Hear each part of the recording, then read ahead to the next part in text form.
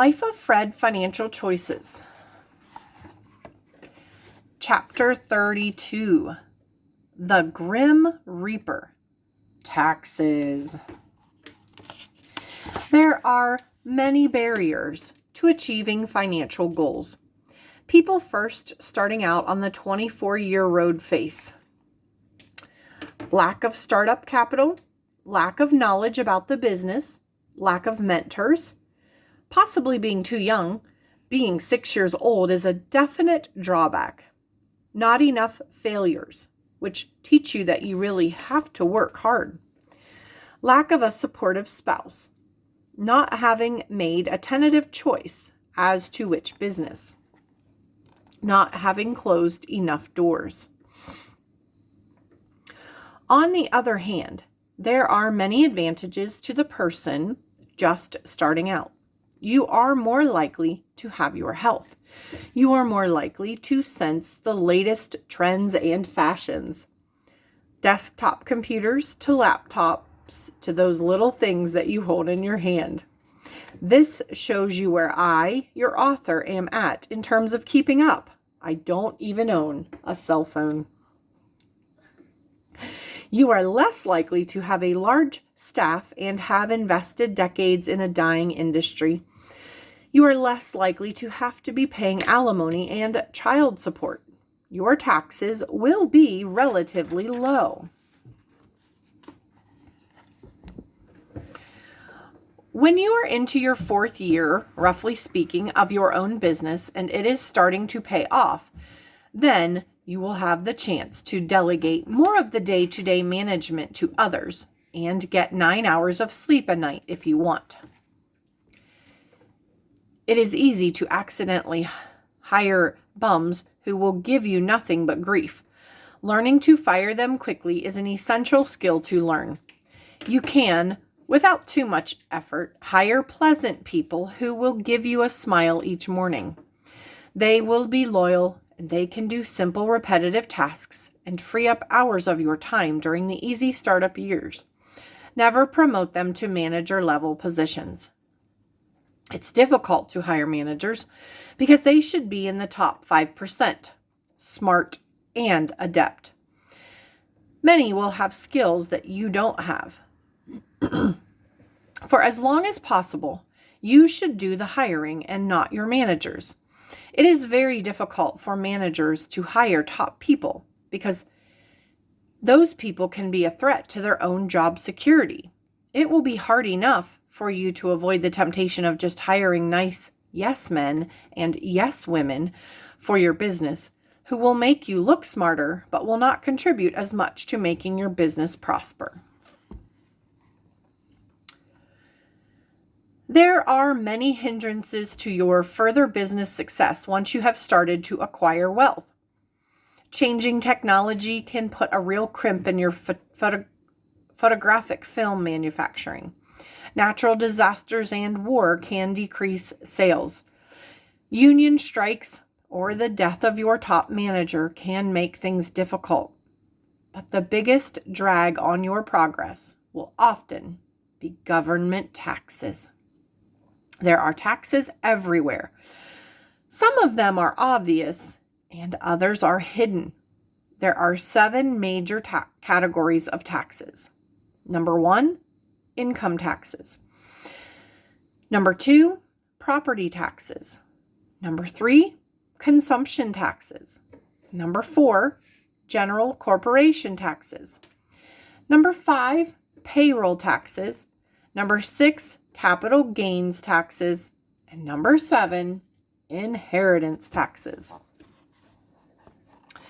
Every time you turn around, the government at the federal, state, and local levels has a hand in your pocket. Accounts receivable tax, alcohol tax, building permit tax, capital gains tax, cigarette and tobacco tax, corporate income tax, death tax, dog license tax, federal income tax, federal unemployment tax, fishing license tax, food license tax, fuel permit tax, fur clothing tax, gasoline tax, gift taxes, Horse race admission tax, hotel room occupancy tax, hunting license tax, inheritance tax, inventory tax, local income tax, luxury taxes, marriage license tax, Medicare tax, mineral taxes, petroleum taxes, property tax, real property transfer tax, retail beer, wine, and liquor license taxes, septic permit tax, Social Security tax, road usage taxes for truckers, sales tax, recreational vehicle tax, road toll booth taxes, school tax, state income tax, state unemployment tax, tariffs, telephone federal excess tax, telephone federal universal service fee usage charge tax, toll bridge taxes, toll tunnel taxes, trailer registration tax, utility taxes, vehicle license registration tax, vehicle sales tax, watercraft registration tax, well permit tax, wind energy production tax, workers' compensation tax. One of the less hidden taxes is the sales tax. In parts of Alabama, Louisiana, and Oklahoma, the sales tax is 11%. Imagine standing at the checkout of one of those big stores like Walmart, Costco, or Sam's Club and getting 11% of every purchase. Could you run a state and local government on that much money? I think I could. And I'd abolish all the other state and local taxes. Imagine you were living in one of those 11% sales tax areas and you needed to spend $10,000 for equipment and supplies for your business. You could get 11% more, $1,100, if you were living in parts of Oregon where there is no sales tax. You'd be 11% richer. The income tax. A 1913 amendment to the Constitution created the federal income tax. Before that time, the direct taxes of the federal government had to be proportional to the population of each state. Article 1, Section 2. Everyone was treated alike. After 1913, the rules changed. The more productive you were, the more you had to pay. Worse than that, if you were twice as productive, you might have to pay 3 times as much tax.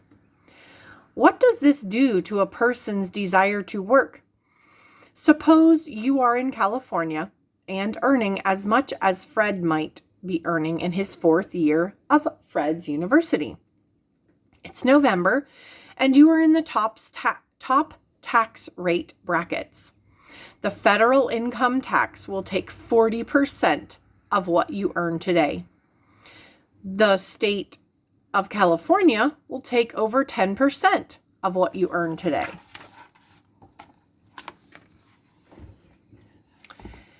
You work 8 hours and 4 of them are taken from you. Why? Why not take the day off? Making money gives you happiness points, but leisure time activities also give you happiness points. Under heavy taxation, the productivity of a nation declines. A slave is defined as someone who does not receive the fruits of his or her work. If the master takes half of what you have produced, you aren't free. Life, liberty, and property are all tied together. The real wealth of a society is created. Wealth is not a fixed amount that is merely transferred among its citizens. Take someone and drop him onto some uninhabited land. He has nothing, 0 wealth. He finds a sharp rock and makes an axe. The axe is something that was not there before. It is the start of wealth. He cuts trees and makes a log cabin. Real estate. He makes a bow and arrow and a fishing pole. He hunts and fishes. What he doesn't eat and keeps is more wealth. Deer jerky. He mines the earth for iron. And after several more years, centuries, he is manufacturing computers and coffee machines. This is no fantasy story. This is the story of civilization. Wealth is created by those who work. We are not fighting over a fixed piece of pie, unless no one is working. Before the passage of the Income Tax Amendment in 1913, the bulk of the federal government revenue was from taxes on imports, called customs duties, and about a third of the revenue came from taxes on alcohol. After the Income Tax Amendment, Congress and the President were swimming in revenues from the income tax. A short history of alcohol prohibition. For many years before 1913, there was a strong movement to prohibit alcohol. Ever since the days of Noah, alcohol abuse has plagued our world. The National Institute on Alcohol Abuse and Alcoholism reported that for college students ages 18 to 24 in 2002, there were 1,400 deaths and 70,000 sexual assaults caused by alcohol. There was a strong push by the public for Congress to outlaw alcohol. Did they do it? Of course not. Liquor taxes were a third of Congress's income. Getting money was more important than what the people wanted. After the income tax receipts were flowing in, liquor taxes weren't that important. Congress could now bow to public pressure. The 18th Amendment prohibition was passed. The rest of the story happened in the early years of the Depression. People weren't making as much money and didn't have to pay as much in income taxes. Public opinion had not much changed. Most still didn't want alcohol to be legal, but the federal government needed money. In 1934, the 21st Amendment repealed alcohol prohibition and new tax monies flowed in. Nowadays, will we see the repeal of some of the drug laws, marijuana, for example, so that those drugs can be taxed?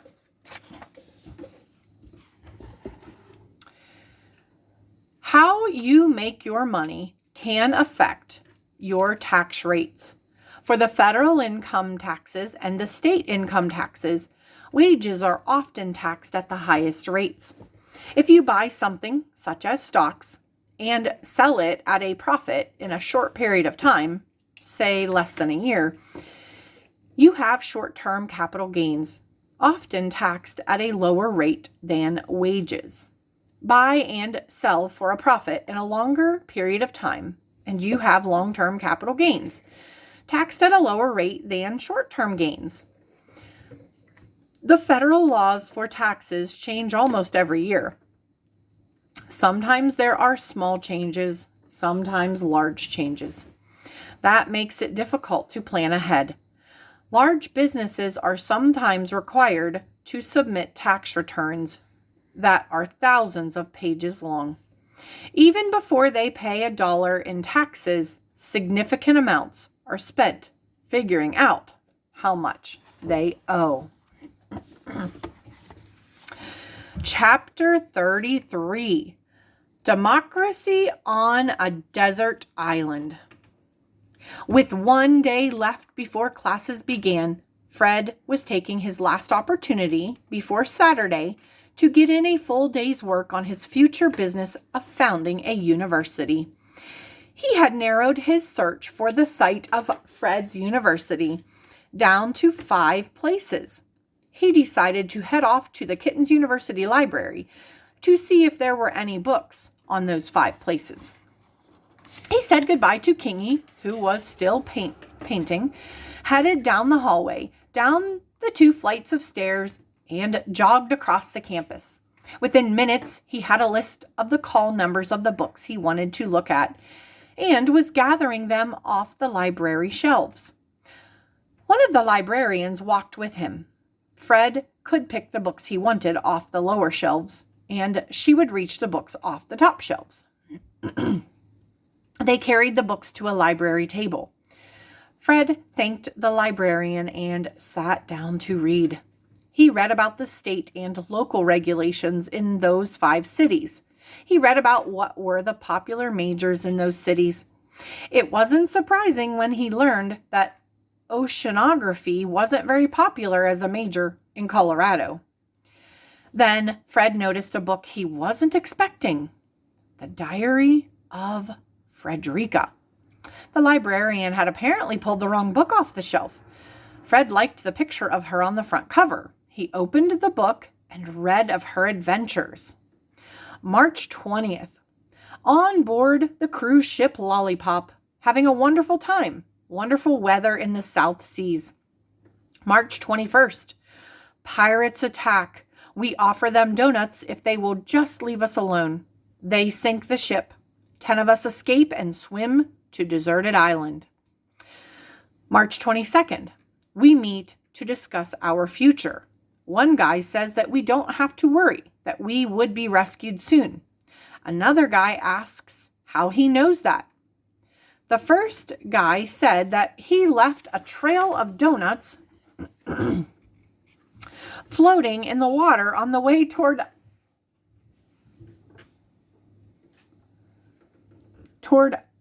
Out Island. The second guy said that he couldn't see any donuts in the water. All he could see was a very fat fish. Fred liked the way Frederica drew pictures. March 23rd. We meet again. Everyone agrees that we will probably be here a long time. We have to figure out the rules for our little nation. That's what we call it. One guy suggested that we operate by consensus. The only rules would be the ones that we all agree on. Another guy said that was stupid, and if we could all agree on a rule, then why make that a rule at all? We couldn't all agree on the consensus approach. One guy, who was 6 foot 6 inches tall and must have had 300 pounds of pure muscle, announced that our little nation would be ruled by him. He would be king and make the rules. The rest of us jumped on him and beat the tar out of him. One guy suggested, let's do it the traditional Judeo-Christian American way, a democracy. Fred almost broke out laughing when he read this. Democracy is not big in the Old Testament. They had a lot of kings back then. Democracy in the New Testament? Did Jesus ever call for a vote? Democracy in America? That word is not mentioned in the Declaration of Independence or in the Constitution. The United States of America is a republic, not a democracy. Look up republic and democracy in any good dictionary. Another guy said, let's put it to a vote. All in favor of a democracy, say yay. I shouted, wait a minute. There's something nutty going on here. You are assuming you have a democracy already, where the vote of the majority becomes the law for all. I was outvoted. From now on, what 6 of the 10 of us agree on will be the law for all of us. April 3rd. Most of the guys just sit around eating bananas and playing touch football all day. Pat and I are the only ones who are working hard. Pat has been making fishing nets. I've been making hula skirts. I know that it won't be many more months before our clothes start to wear out and rip, given the harsh sand and sun. April 15th. A meeting is called. By a vote of 8-2, the Share Our Wealth law is passed. Everyone has to share what they've produced with everyone else. They claim this is fair. Everyone is treated alike. They said that they needed to close the big gap between the wealthy and the poor, between us 2 and those 8. Ha! Only Pat and I have been producing anything. What we own is now owned by the group. Fred shut the book. He didn't want to read any more of this sad story. The big danger in a democracy is what it does to the minorities. Hitler was democratically elected. The Jews were a minority. Wait a minute. I, your reader, am confused. Where do you, the author, stand? You aren't arguing for a king or a dictator. You seem to be saying that a democracy is bad. What's left? Are you an anarchist who believes in no laws at all? I'm glad you asked. I also vote no on anarchy. Okay, what's left? Let's look at Frederica and the other 9 who live on the same island as she does. I am in favor of laws against murder and purse snatching. Years ago, my mother was standing at a bus stop in San Francisco when a man grabbed her purse and ran to a waiting car. I wish I had been there when that happened. Counterfeiting checks and all the other things that C.C. Colback does. Each of those on the island should be allowed to live in peace as long as they don't do bad things to others. The only laws that should be made are those that protect people from the aggression of others. It's that simple. The government should not be the aggressor against its citizens. If I'm not hurting my neighbors, I shouldn't have government officials knocking on my door. Today, the federal government has military bases in more than 120 foreign countries. Today, part of the income tax money that I'm forced to pay goes toward subsidies to tobacco farmers. Today, Uncle Sam takes my money and gives it to foreign countries, quote unquote, foreign aid.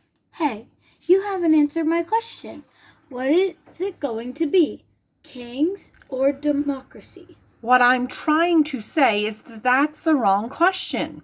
I really don't care if a king makes the laws or if Congress makes the laws. What I care about is that the king or the Congress has limited powers, only making laws to protect the individual citizens. And how in blazes are you going to make sure that they don't make laws that overstep those limited powers? Easy. You have a law that the king or the Congress must obey, a law higher than the lawmakers. That's impossible. You are mistaken. In this country, it is called the Constitution. Back in chapter 18, I talked about the Constitution, about how the Constitution limits the power of the federal government. The Bill of Rights, the first 10 amendments, further limits government so that it does not trespass on our liberty. Liberty is a very special word. It doesn't just mean freedom. It means freedom from a government that makes unjust laws, laws that go beyond protecting the people. Every U.S. coin has the word liberty on it. Amendment 1. Congress shall make no law respecting an establishment or religion, speech, the press, peaceable assembly. Amendment 2. Right of the people to keep and bear arms. None of the Bills of Rights adds power to the federal government. Almost 70% of individual income tax filers today use Form 1040-EZ with its 12 little lines to fill out. And they vote to take from the minority top producers just as it happened on Frederica's Island. In 2010, the top 1% paid almost as much in taxes as the bottom 95%. $354.8 billion versus $388.4 billion. And half of that bottom group paid no taxes at all. And since 2010, it's gotten even more punishing for those who produce.